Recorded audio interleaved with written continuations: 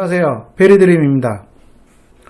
그동안 저희 베리드림 블루베리 TV에서 비료편을 따로 마련해서 1편과 2편을 영상으로 제작해서 올려드렸고, 또 이제 예고해 드린 대로 비료에 대한 전체적인 마지막 편으로 비료의 나머지 2편에서 미처 설명이 누락되었던 나머지 비료의 원소들에 대한 특징점들에 대해서 알아보고요. 그리고 오늘은 전편에서 예고해 드린 대로 비료의 마지막 편인 만큼 비료 부분의 고급 단계, 조금 업그레이드된 단계인 비료의 가장 중요한 원소들이 과잉 또는 결핍되었을 때 어떤 현상들이 나타나고 어떤 비료를 사용하면서 어떤 점들을 조심해야 될지에 대해서 자세히 알아보는 시간을 갖도록 하겠습니다. 비료편을 만들면서 제가 1편부터 이번 마지막 편인 3편까지 계속해서 강조 드리는 것은 제 영상이 조금이라도 도움이 되시길 바라며, 또 이 영상을 여러분들이 최대한 활용을 하시기 위해서 한 번에 그쳐서 보시는 것보다는 약간의 이론적인 것들이 있기 때문에 그냥 집안에서 다른 일을 하시더라도 라디오 틀듯이 틀어놓으시고 자주 반복해서 들으시면 여러분들이 굳이 딱딱하고 어려울 수 있는 이론 부분을 공부하듯이 애우지 않으셔도 어느 순간에 자주 듣다 보면 자기도 모르게 애워진 것을 아실 수가 있을 것입니다. 그래서 제 주변에서도 그런 식으로 제가 알려드려서 자꾸 들으신 분들이, 나이가 많으신 분들도 이제 저보다 더 비료에 대해서는 잘 아시고 사용을 하시는 분들이 아주 많습니다. 그래서 꼭 비료 1편, 2편, 이번 마지막 편 까지는 1회에 그쳐서 보시지 마시고 평소에 그냥 한 번씩 틀어두시고 자꾸 들으시면 여러분들에게 반드시 비료 사용에 대한, 또 비료를 고르는 때 이렇게 여러 가지 돈도 절약하실 수가 있고, 또 비료에 대한 시비를 하실 때 헛된 시간과 노력을 낭비하지 않으실 수 있으며, 가장 중요한 재배하시는 작물이 여러분들이 원하는 만큼 보다 좋은 성장과 또 좋은 결실을 맺으리라고 생각합니다. 구독과 좋아요 그리고 알람 설정까지 여러분들의 많은 응원 부탁드리겠습니다. 오늘은 전편 아연에 이어서 붕소에 대해서 말씀드리려고 하는데요. 붕소가 결핍이 되면 꽃가루 생성이 잘 되지를 않습니다. 붕소의 결핍은 주로 토양이 사질토이거나 또 석회가 다량 투여가 된 토질에서 그 결핍 현상이 나타남을 볼 수가 있는데요. 붕소 결핍이 일어났을 때는 붕사수 영액을 물과 희석해서 옆면 살포하면 아주 효과가 좋습니다. 그런데 이때 꼭 주의를 하셔야 될 것이, 제가 제 1편에서 가장 기초적인 것으로 알려드렸던 붕소 역시 미량 원소이기 때문에 반드시 그 적정량을 지키셔서 사람의 느낌으로 부족하다는 감으로만 계속해서 살펴하시면 절대 안 되고요. 꼭 적정량을 사용하셔야 붕소는 붕소 과잉으로 인한 해를 입지 않습니다. 이 점을 꼭 주의하시기 바랍니다. 다음은 몰리브덴인데요. 몰리브덴은 다른 비료의 원소들과 조금 다르게 산성 토양에서 그 결핍 현상이 주로 나타나는데요. 이는 다른 작물을 재배하시는 분들은 몰리브덴 부족 현상을 거의 느끼지 않을 것이고, 주로 저처럼 블루베리를 재배하는 농가들에서 토양 자체가 산성이기 때문에 몰리브덴은 부족 현상이 나타날 수가 있습니다. 이러한 몰리브덴이 부족하게 되면 처음에는 잎이 백색으로 되었다가 조금 더 시간이 지나면 암회색, 회색 계열로 바뀌고 입이 상당히 위축, 즉 쪼그라들이고 안쪽으로 구부러지는 현상이 나타나고요.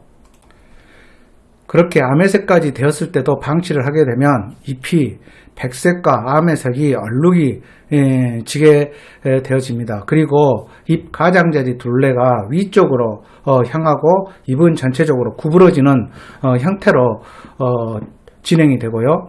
이 상태에서 더 진행이 되게 되면 잎이 백색과 암회색으로 진해지면서 결국에는 나무가 고사하는 단계까지 이르게 됩니다. 그래서 몰리브덴은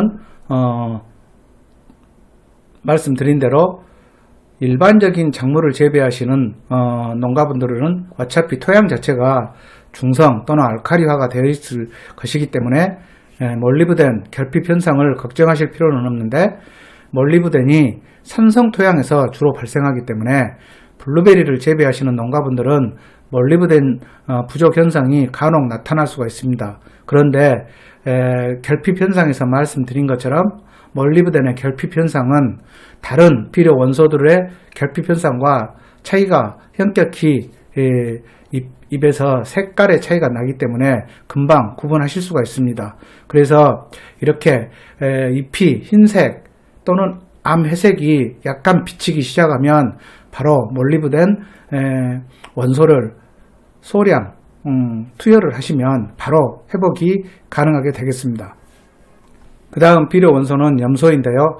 염소는 실질적으로 크게 걱정하시지 않으셔도 되는 것인데, 굳이 말씀을 드린다면 염소는 그 성분의 효과가 섬유질 작물에 주로 나타나고 전분류 식물에는 거의 나타나지를 않습니다. 그래서 내가 재배하는 작물이 섬유류 작물인지 전분류 작물인지 구분해 두셨다가 섬유질 작물이었을 때는 염소를 미량 아주 소량으로 주셔도 되는데, 굳이 염소는 따로 비료를 구입해서 줄 정도로 그 피해라든가 심각성이 크게 두드러지지 않습니다. 다만 담배를 재배하시는 분들은 이 염소 성분에 비료를 투여하시게 되면 그 품질이 현격하게 떨어지기 때문에 담배를 재배하시는 농가에서는 이 염소를 꼭 사용하지 않으시기를 권장해 드립니다. 그리고 규소는 규산질 비료로 식물에 투여가 되는데요.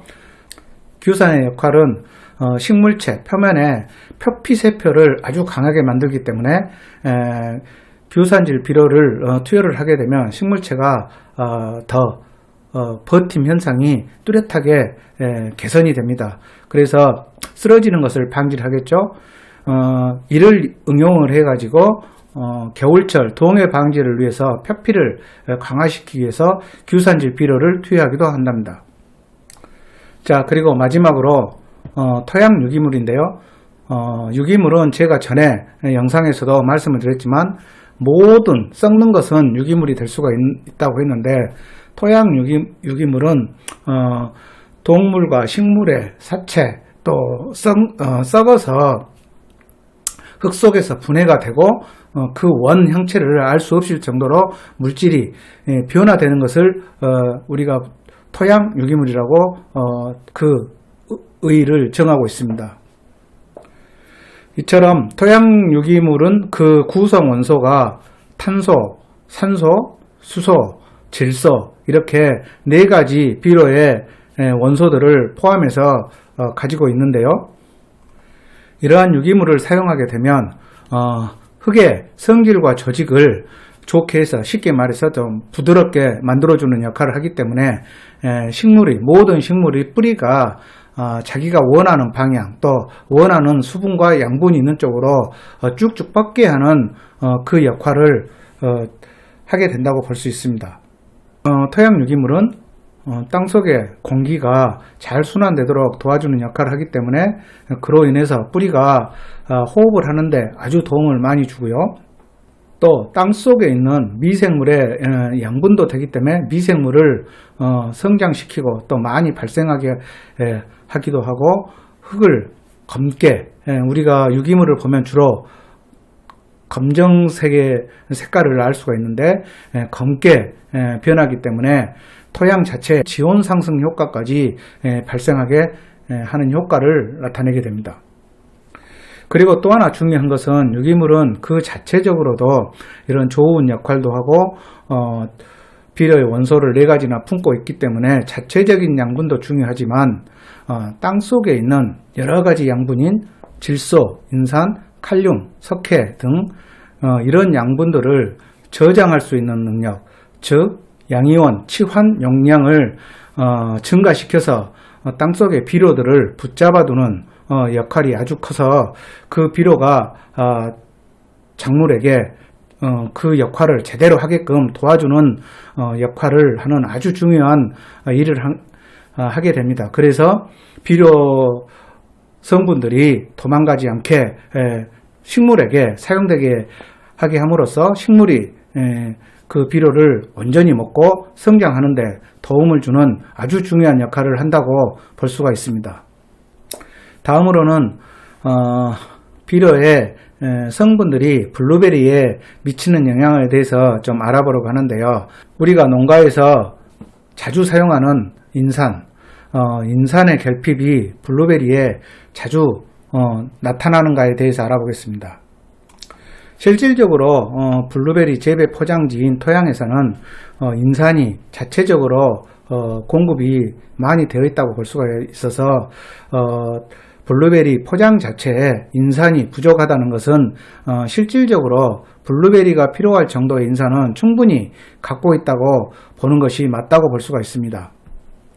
그래서 제가 비료편 서두에서 말씀을 드렸지만 우리가 기비라는 용어를 사용해서 매년 행사처럼 이렇게 봄철이면 질소질, 또 장마 이후 또는 가을철에는 인산질 투여를 블루베리 농가들이 매년 반복해서 또 수차례에 걸쳐서 하시는데, 특히 인산은 땅속에 자체적으로 많이 함량되어 있는 성분이기 때문에 이 인산질 비료를 투여를 하시기 전에 먼저 토양 검정을 하셔서 내가 재배하고 있는 블루베리 포장지에 과연 질소와 인산의 칼륨, 이런 비료 3요소가 어느 정도 포함이 되어 있는가를 먼저 확인을 하시고, 그냥 다른 사람이 비료를 치니까 안 치면 안 되는 것 같아서 치는, 따라하는 식의 비료 투여는 이제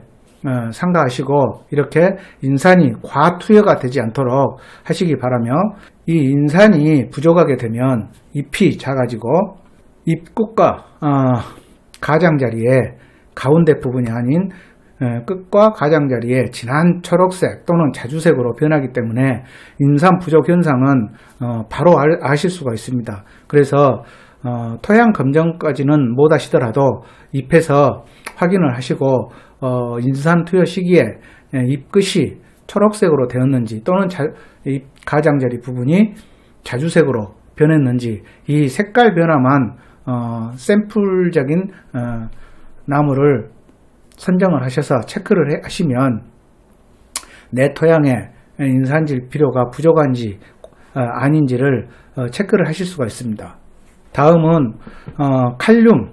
칼륨도 비료의 3요소이고 식물이 다량으로 요구하는 원소라고 제가 1편에서 말씀을 드렸는데, 다량으로 요구한다고 해서 항상 이것 역시 매년 정기적으로 행사처럼 칼륨을 투여를 하는 것이 아니고, 거의 모든 재배 방식의 블루베리 배지에서는 실질적으로 칼륨 결핍 현상이 거의 나타나지를 않습니다. 칼륨이 부족하게 되면 잎에 누런 반점이 생기기 때문에 혹시 재배하시는 블루베리의 잎에 누런 반점들이 이렇게 맺히게 된다 하면 칼륨 부족 현상을 의심하셔야 되는데요. 방금 말씀드린 대로 칼륨 결핍 현상은 실질적인 우리나라에서 칼륨 부족으로 인한 현상은 거의 나타나지를 않기 때문에 크게 걱정을 하실 필요도 없고, 또 다량 원소라고 해서 항상 매년 많은 투여를 하실 필요도 없다고 생각이 됩니다. 다음은 미량 원소의 결핍이나 또는 과잉에 대해서 알아보도록 하겠습니다. 블루베리 재배에 있어서 절대적으로 필요한 미량 원소가 있는데요. 그 미량 원소는 붕소, 망간, 구리, 철, 몰리브덴, 염소, 구리, 니켈이라고 말씀드릴 수가 있습니다.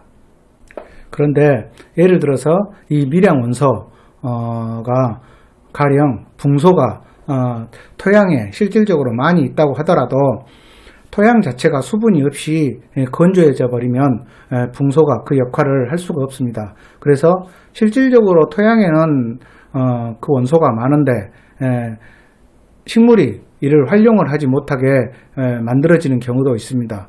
그래서 제가 그 비료 1편에서 말씀을 드렸는데 비료는 그 효능을 잘 활용하기 위해서는 수분 공급이 아주 중요하다고 그랬죠. 그리고 붕소가 결핍이 되게 되면 연면 시비로 하시거나 또는 토양에 연면 시비 하듯이 가볍게 살포를 해주시면 그 부족 현상은 해결이 됩니다. 그리고 철분은 토양 산도가 적정 상도보다 더 높아지게 돼버리면 이 철분 결핍 현상이 나타나게 되는데요. 철분 결핍 현상은 어린 잎이 작고 노랗게 변할 수가 있는데 이런 현상이 나타나게 되면 철분 결핍 현상이라고 보시면 됩니다. 이런 철분이 결핍을 나타내게 되면 황산철 또는 수용성 철인 킬레이트 철을 연면 시비를 이것도 소량하시면 바로 철 부족 현상이 극복이 되니까 그 부분을 알고 계시면 도움이 되실 겁니다. 그리고 망간은 착색, 과일의 색을 빨리 입히고 또 색깔을 좋게 하는 역할을 하는데요. 블루베리가 착과가 되고 수정이 된 이후에 되었을 때 이 망간을 소량 연면 시비하시면 아주 좋은 효과를 볼 수가 있습니다. 이때 사용할 망간은 황산 망간을 사용하시면 좋은 효과를 보실 수가 있고, 이 착색제라고 따로 만들어서 비싼 제품을 사용하시는 것보다 비료의 원소를 활용한 단비, 한 가지의 비료라고 말씀을 드렸는데 이 단비 사용도 금액도 아주 저렴하고 또 내가 필요한 부족한 부분을 내가 체크를 해서 사용하기 때문에 다른 비료에 피해도 나타나지 않기 때문에 아주 좋은 방법이라고 할 수가 있습니다. 그리고 이렇게 착색 이후에 과일을 비대하게 하기 위해서는 고토, 즉 마그네슘이죠. 이 고토제를 살펴하게 되면 과일 비대에 아주 좋은 영향을 끼치게 됩니다. 물론 이런 착색제나 과일 비대를 위해서 사용하는 이런 비료의 원소도 말씀드린 것처럼 미량 원소이기 때문에 소량만 사용하셔야 되지, 착색을 과다하게 욕심을 내거나 과일을 키우기 위해서 과다하게 욕심을 내서 이 비료로 해결을 하는 것은 최악의 결과를 나타낼 수가 있고, 제가 과일의 품질을 좋게 하는 방법은 전에 영상에서 수차례 말씀을 드렸기 때문에 그런 방법이 선행이 된 이후에 보조적으로 이런 미량 원소인 고토, 마그네슘을 과일의 비대 키우는데 보조적인 역할로 아주 소량, 이것도 아주 소량만 사용하시면 효과를 보실 수가 있습니다.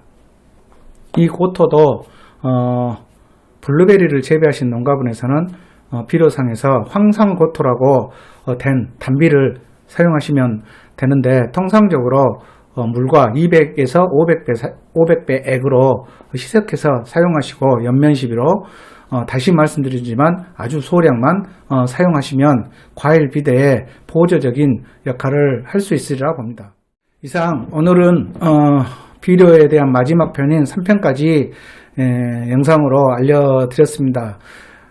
다시 한번 말씀을 드리지만 비료 1, 2, 3편은 꼭 여러분들이 자주 틀어놓고 몸에 숙지가 되도록 하시고 애워서 사용하는 게 아니고 반복하다 보니까 습관적으로 사용하실 수가 있을 정도로 몸에 체득을 하시면 과다한 비료 투여도 막을 수가 있고, 또 그로 인해 헛된 시간과 돈을 낭비하는 일도 없을 것이며, 식물이 적정 비료를 받았기 때문에 정상적으로 잘 성장하는 데 도움이 될 것입니다. 그리고 비료는 식물을 재배하는데 보조적인 역할일 뿐이지, 비료가 모든 식물을 재배하는데 우선적인 역할이 되어서는 절대로 되지 않습니다. 제가 이 블루베리 재배 연재를 하면서 계속해서 말씀을 드리는 사항인데,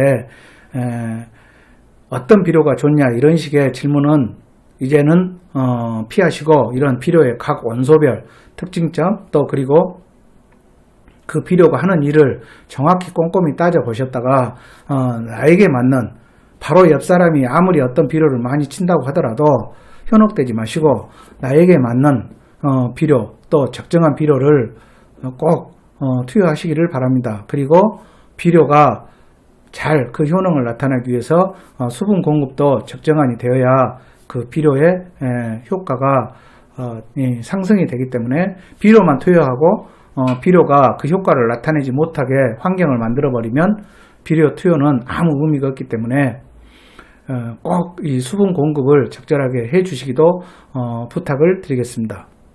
구독과 좋아요, 그리고 알람 설정까지 여러분들의 많은